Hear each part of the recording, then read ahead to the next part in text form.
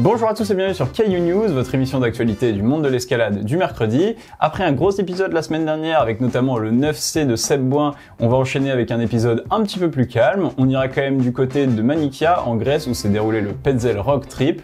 On vous annoncera aussi le déroulement d'un nouveau contest privé par le groupe Arcos. Et enfin on ira du côté du Yosemite où Seb Bert continue de sévir. C'est parti.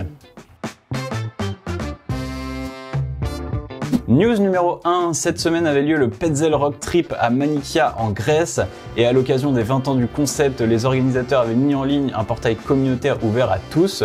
Chaque jour est alors sorti une vidéo pour récapituler la journée. Vous y verrez notamment des grimpeurs ultra connus comme Alex Megos, Dave Graham, Chris Sharma, Margot Hayes, Sean Villanova et j'en passe. Entre revues techniques d'escalade, grimpe, moments fun ou encore découverte des coutumes locales, les 3 épisodes valent le détour et vous pouvez d'ores et déjà aller les regarder en intégralité sur la chaîne YouTube de Petzl, le lien est dans la description. News numéro 2, le groupe Arcos vient d'annoncer la création d'un nouveau contest de bloc privé, le Arcos Plus. Ce tournoi se déroulera du 30 mai au 12 juin dans toutes les salles d'escalade Arcos de France et nous offre un format original. Pendant 15 jours, le but sera de cumuler le plus de points sur l'application Arcos Plus, plus connue sous le nom de Social Boulder. Mais attention, ne seront comptabilisés que les points des 10 blocs les plus durs que vous aurez réussi à enchaîner. Pour prouver de l'enchaînement de ces blocs, il faudra vous filmer en train de les grimper et les partager sur l'application. Bien évidemment, les inscriptions sont ouvertes à tous et le moins que l'on puisse dire, c'est que le groupe y a mis les moyens. Au niveau des lots, 7000 € de dotation Black Diamond et Snap seront mis en jeu lors d'un grand tirage au sort où tout le monde a sa chance, quel que soit le niveau. Puis 14 finalistes femmes et 14 finalistes hommes seront désignés en fonction des points récoltés pour aller participer aux phases finales à Massy. Les demi-finalistes remporteront alors 1 an d'abonnement aux salles Arcos et les 3 premiers finalistes se partageront 2500 € de prize money. Bref, un concours original et surtout ouvert à tous dont on a hâte de voir le déroulé. News numéro 3, et encore une fois on repart du côté du Yosemite avec le Belge Seb Bert qui a visiblement prévu de tenter tous les défis possibles et inimaginables de la vallée.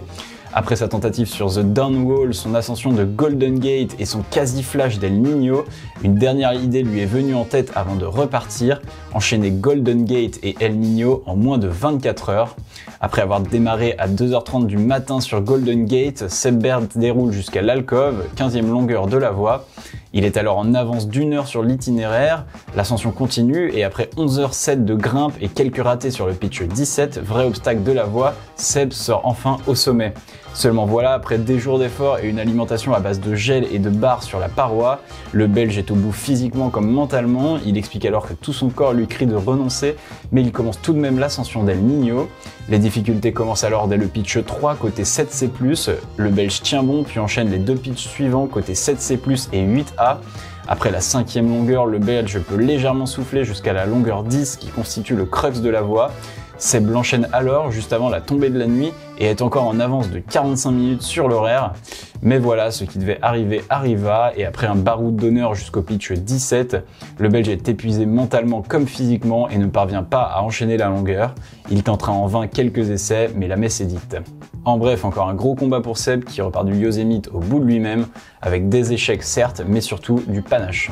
Voilà pour les news et maintenant on enchaîne avec les croix de la semaine. Voici quelques semaines que nous n'avions pas parlé directement d'Adam Ondra. Nous avions tout de même quelques nouvelles de lui au travers de l'anglais William Bozy qui l'accompagnait pour la réussite de quelques blocs majeurs en République tchèque. Et visiblement le Tchèque s'est bien remis la tête dans cette discipline. Il vient de libérer le bloc pour le moins insolite Svinipor sur le site de Sloop en République tchèque qu'il cote 8C. Un bloc que je qualifie d'insolite puisqu'un ruisseau passe juste au niveau du passage en question. Le Tchèque raconte même que le bloc ne pouvait être travaillé l'année dernière puisque la partie inférieure du bloc n'était pas tout à fait accessible et il a fallu attendre que le ruisseau creuse encore un peu plus le sol avant de s'y atteler. Le crux du bloc, situé juste au-dessus de l'eau, n'a rien arrangé puisqu'en tombant, Adam devait attendre à chaque fois que ses affaires sèchent. C'est finalement entre chaussons et crashpad mouillés que le Tchèque aura dû jongler pour réussir cet enchaînement on ne peut plus cocasse. Et on continue avec une croix qui n'en est pas une. Avec les Caillou News qui se suivent et se multiplient, il commence à se créer une continuité et j'aime bien me dire que vous pouvez suivre les différents athlètes semaine après semaine, même s'ils ne cochent pas spécialement des croix. C'est pour ça que je voulais vous parler de Jorge Diaz Rubio, dont on a parlé récemment avec son enchaînement de Carlota la Columbiana, côté 9A+. Depuis l'année dernière, l'Espagnol est en fait aux prises avec un projet de grande ampleur à Margalef, dont Carlota n'était qu'une partie. Il publiait d'ailleurs sur son fil Instagram ses avancées régulières. L'année dernière, il avait enchaîné la seconde partie de la voie en esquivant le premier crux pour libérer Café Solo, qu'il cotait déjà 9B. Avec l'enchaînement de Carlota aux alentours du 50e jour au total, l'Espagnol avait enfin réussi à allier toutes les sections de la voie depuis le sol, mais restait encore la partie la plus compliquée, l'enchaîner. Et visiblement, ce ne sera pas pour cette année. Ce samedi, Jorge a publié sur son compte Instagram qu'il quittait Margalef, encore une fois vaincu par ce projet qui lui demandera donc une saison de plus. On prend donc rendez-vous pour l'année prochaine. Ce vendredi, la voie la plus dure du Royaume-Uni tombait pour la deuxième fois. Après Steve McClure en 2017, c'est l'Espagnol Eder Lomba qui réussit à enchaîner le 9B Rainman. La voie est une connexion entre le 9A Rain Shadow et le 9A Batman avant de terminer dans la voie Batroute côté 8C. Et petit fact en cadeau, avant cela, Eder Lomba n'avait coché que 2 voies côté 9A, Batman et Rain Shadow. Bref, ce fut un combat de 18 minutes dont vous voyez ici un extrait et que vous pouvez revivre sur la chaîne YouTube Monoculture, le lien est dans la description. Et on reste au Royaume-Uni où Sam Blackwell vient de libérer le 8C bloc World at War dans la Biblin's Cave. C'était un vieux projet de 2020 pour le Britannique qui avait voulu l'enchaîner dès cette année-là.